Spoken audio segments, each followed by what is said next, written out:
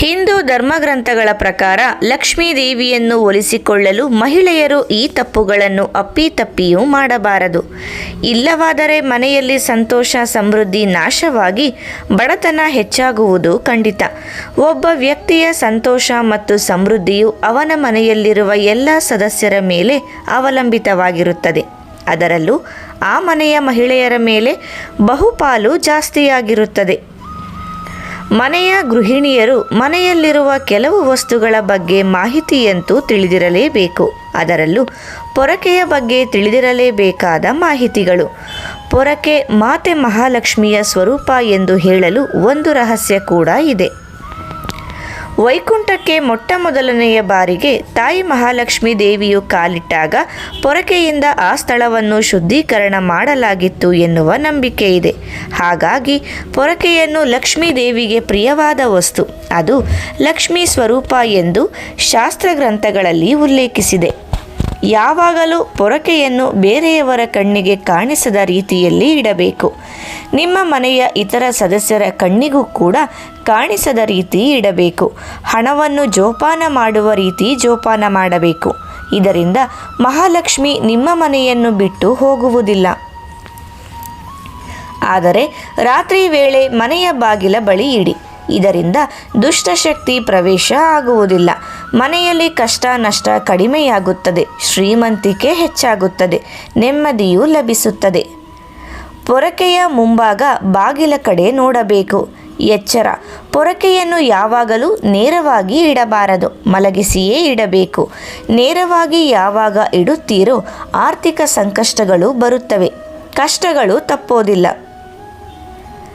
ಮನೆಯ ಅಟ್ಟದ ಮೇಲೆ ಅಥವಾ ಟೆರೇಸ್ ಮೇಲೆ ಪೊರಕೆಯನ್ನು ಇಡುವ ರೂಢಿ ಕೆಲವರಲ್ಲಿ ಇರುತ್ತದೆ. ಆದರೆ ಇದು ತಪ್ಪು. ಆ ಜಾಗದಲ್ಲಿ ಇಟ್ಟರೆ ಮನೆಯಲ್ಲಿ ಸದಾ ಕಲಹಗಳು, ಜಗಳಗಳು, ಭಿನ್ನಾಭಿಪ್ರಾಯಗಳು, ಹಣಕಾಸಿಗೆ ಕೊರತೆ ತಪ್ಪೋದಿಲ್ಲ. ಈಗಲೇ ತೆಗೆದು ಬಿಡಿ. ಗಂಡ ಹೆಂಡತಿ ನಡುವೆ ಭಿನ್ನಾಭಿಪ್ರಾಯ, ಜಗಳ, ಕಲಹ ಸತತವಾಗಿ ಇರುತ್ತದೆ. ಅವರ ಮಧ್ಯೆ ಭಿನ್ನಾಭಿಪ್ರಾಯ ತಪ್ಪುವುದಿಲ್ಲ. ದಂಪತಿಗಳು ಇಡಲೇಬಾರದು. ಎಚ್ಚರ: ಬಾಡಿಗೆ ಮನೆಯಲ್ಲಿ ವಾಸ ಮಾಡುವವರು ಮನೆ ಬದಲಾವಣೆ ಮಾಡುವ ಸಮಯದಲ್ಲಿ ಹಳೆಯ ವಸ್ತು ಬಿಟ್ಟು ಬರುವ ರೂಢಿಯಿರುತ್ತದೆ. ಆದರೆ ಯಾವತ್ತಿಗೂ ಪೊರಕೆಯನ್ನು ಬಿಟ್ಟು ಬರಲೇಬಾರದು. ಹಳೆ ಮನೆಯಲ್ಲಿ ಬಿಟ್ಟು ಬಂದರೆ ನಿಮ್ಮ ಸಂಪತ್ತು, ಅದೃಷ್ಟವನ್ನು ಅಲ್ಲೇ ಬಿಟ್ಟ ಹಾಗೆ ಲೆಕ್ಕ. ನೆನಪಿನಲ್ಲಿಡಿ. ಪೊರಕೆ ಇನ್ನೂ ಹಳೆಯದಾಗಲಿಲ್ಲ ಅಂತ ತುಂಬ ದಿನ ಆದರೂ ಅದನ್ನು ಬಳಸುತ್ತಾ ಇರುವುದು ಬಹಳ ತಪ್ಪು. ಒಂದು ಪೊರಕೆಯನ್ನು 3 ಅಥವಾ 4 ತಿಂಗಳು, ಅದಕ್ಕಿಂತ ಹೆಚ್ಚು ದಿನ ಬಳಸುವುದು ಮಾಡಲೇಬಾರದು. ಪೊರಕೆ ಎಷ್ಟೇ ಚೆನ್ನಾಗಿದ್ದರೂ ಪರವಾಗಿಲ್ಲ, ಅದನ್ನು ಬಳಸಬಾರದು, ಎಸೆದು ಬಿಡಿ. ಅದರಲ್ಲಿ ಸಾಕಷ್ಟು ನೆಗೆಟಿವಿಟಿ ಸೇರಿರುತ್ತದೆ. ಅದು ನಿಮಗೆ ಮನೆಯಲ್ಲಿ ನೆಗೆಟಿವಿಟಿ ಹರಡುತ್ತದೆ. ಇದರಿಂದ ಕಷ್ಟಗಳು ಬರುತ್ತಾ ಹೋಗುತ್ತದೆ. ಪೊರಕೆಗೆ ಯಾವುದೇ ಕಾರಣಕ್ಕೂ ಕಾಲನ್ನು ತಾಗಿಸಬಾರದು. ಇದರಿಂದ ಲಕ್ಷ್ಮೀ ದೇವಿಗೆ ಅವಮಾನ ಮಾಡಿದಂತಾಗುತ್ತದೆ. ಮನೆಯ ಸದಸ್ಯರಿಗಾಗಲಿ, ಮಕ್ಕಳಿಗಾಗಲಿ, ಪಶು ಪ್ರಾಣಿಗಳಿಗಾಗಲಿ ಪೊರಕೆಯಿಂದ ಹೊಡೆಯುವುದನ್ನು ಮಾಡಬಾರದು. ಇದು ಸಿರಿ ಸಂಪತ್ತಿನ ಮೇಲೆ ಕೆಟ್ಟ ಪರಿಣಾಮ ಬೀರುತ್ತದೆ.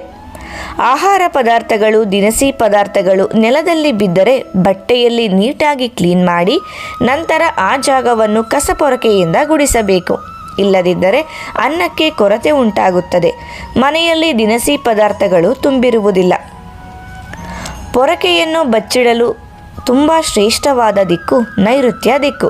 ಈ ದಿಕ್ಕಿನಲ್ಲಿ ಪೊರಕೆಯನ್ನು ಮಲಗಿಸಿ ಇಟ್ಟು ನೋಡಿ. ನಿಮ್ಮ ಅದೃಷ್ಟದ ದಿನಗಳು ಶುರುವಾಗುತ್ತದೆ ಎಂದು ನಂಬಿಕೆ ಇಟ್ಟು ಖರ್ಚಿಲ್ಲದೆ ಈ ಕೆಲಸ ಮಾಡಿ, ಖಂಡಿತ ಒಳ್ಳೆಯದಾಗುತ್ತದೆ.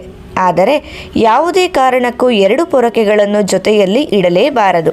ಇದರಿಂದ ಜಗಳ, ಕಲಹ, ಮನೆಯಲ್ಲಿ ಸದಾ ಕಿರಿಕಿರಿ ಉಂಟಾಗುತ್ತದೆ. ಪೊರಕೆಯು ಹಳೆಯದಾದರೆ ಗುರುವಾರ ಮತ್ತು ಶುಕ್ರವಾರ ಮನೆಯಿಂದ ಹೊರಕ್ಕೆ ಹಾಕಬೇಡಿ. ಗುರುವಾರ ಶ್ರೀಮನ್ನಾರಾಯಣ ಮತ್ತು ಶುಕ್ರವಾರ ಲಕ್ಷ್ಮೀದೇವಿಯ ದಿನವಾಗಿದೆ. ಈ ದಿನ ಮನೆಯಿಂದ ಪೊರಕೆ ಹೊರಗಿಟ್ಟರೆ ಲಕ್ಷ್ಮಿ ಮನೆಯಿಂದ ಹೊರಗೆ ಹೋಗುತ್ತಾಳೆ ಎನ್ನಲಾಗುತ್ತದೆ. ಪೊರಕೆ ಖರೀದಿಗೂ ದಿನ ಇದೆ. ಮಂಗಳವಾರ ಅಥವಾ ಶನಿವಾರ ಪೊರಕೆ ಖರೀದಿಗೆ ಶುಭ ದಿನ ಎನ್ನಲಾಗುತ್ತದೆ. ಈ ದಿನ ಪೊರಕೆ ಖರೀದಿ ಮಾಡಿದರೆ ಮನೆಯಲ್ಲಿ ಆರ್ಥಿಕ ಸ್ಥಿತಿ ಚೆನ್ನಾಗಿರುತ್ತದೆ, ಸಂಪತ್ತು ವೃದ್ಧಿಯಾಗುತ್ತದೆ. ವಾಸ್ತು ಪಂಡಿತರ ಪ್ರಕಾರ ಕೃಷ್ಣ ಪಕ್ಷದಲ್ಲೇ ಹೊಸ ಪೊರಕೆಯನ್ನು ಖರೀದಿಸಬೇಕಂತೆ. ಶುಕ್ಲ ಪಕ್ಷದಲ್ಲಿ ಪೊರಕೆಯನ್ನು ಖರೀದಿಸಬಾರದು. ಪೊರಕೆ ಮನೆಯಲ್ಲಿ ಎಲ್ಲೆಂದರಲ್ಲಿ ಇಡಬಾರದು. ಮನೆಯಲ್ಲಿ ಯಾರ ದೃಷ್ಟಿಯೂ ಬೀಳದ ಜಾಗದಲ್ಲಿ ಪೊರಕೆ ಇಡಬೇಕು. ಯಾವತ್ತಿಗೂ ಕೂಡ ಹಾಸಿಗೆಯ ಕೆಳಗೆ ಪೊರಕೆಯನ್ನು ಇಡುವ ಅಭ್ಯಾಸ ಇದ್ದರೆ ಸರಿಪಡಿಸಿಕೊಳ್ಳಿ. ಸೂರ್ಯಾಸ್ತದ ಬಳಿಕ ಯಾವತ್ತಿಗೂ ಪೊರಕೆಯನ್ನು ಬಳಸಬಾರದು. ಕೆಲವರು ಕೋಪ ಬಂದಾಗ ಪೊರಕೆಯಲ್ಲಿ ಹೊಡೆದು ಬಿಡುತ್ತಾರೆ. ಯಾವುದೇ ಕಾರಣಕ್ಕೂ ಇಂಥ ತಪ್ಪನ್ನು ಮಾಡಬಾರದು. ಯಾವುದೇ ಕಾರಣಕ್ಕೂ ಪೊರಕೆಯನ್ನು ದಾಟಬಾರದು. ಅಡುಗೆ ಮನೆ ಗುಡಿಸಲು ಪ್ರತ್ಯೇಕ ಪೊರಕೆಯನ್ನು ಇಟ್ಟುಕೊಳ್ಳಿ. ಇದು ತುಂಬ ಶುಭ ಎಂದು ಹೇಳಲಾಗುತ್ತದೆ. ಯಾರಾದರೂ ಮನೆಯಿಂದ ಹೊರಹೋದ ತಕ್ಷಣ ಮನೆಯಲ್ಲಿ ಕಸ ಗುಡಿಸಬಾರದು. ಕಾರಣ ಇದು ಯಾವುದೇ ಅಪಘಾತಕ್ಕೆ ಕಾರಣ ಎಂದು ಪರಿಗಣಿಸಲಾಗಿದೆ. ಮನೆಯಲ್ಲಿ ಕಸ ಗುಡಿಸುವ ಪೊರಕೆಯಿಂದ ನಿಮ್ಮ ಕಾಲುಗಳ ಧೂಳನ್ನು ಒರೆಸುವುದನ್ನು ತಪ್ಪಿಸಿ. ಏಕೆಂದರೆ ವಾಸ್ತುಶಾಸ್ತ್ರದ ಪ್ರಕಾರ ಈ ರೀತಿ ಮಾಡುವುದರಿಂದ ಲಕ್ಷ್ಮೀದೇವಿಯು ಕೋಪಗೊಳ್ಳುತ್ತಾರೆ ಎಂದು ನಂಬುತ್ತಾರೆ.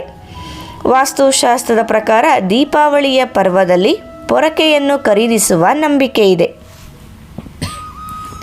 ಸ್ನೇಹಿತರೆ, ಮಾಹಿತಿ ಇಷ್ಟ ಆದರೆ ವಿಡಿಯೋಗೆ ಒಂದು ಲೈಕ್ ಮಾಡಿ. ಇದೇ ರೀತಿ ಉಪಯುಕ್ತ ಮಾಹಿತಿಯೊಂದಿಗೆ ಮುಂದಿನ ವಿಡಿಯೋದಲ್ಲಿ ಭೇಟಿಯಾಗೋಣ.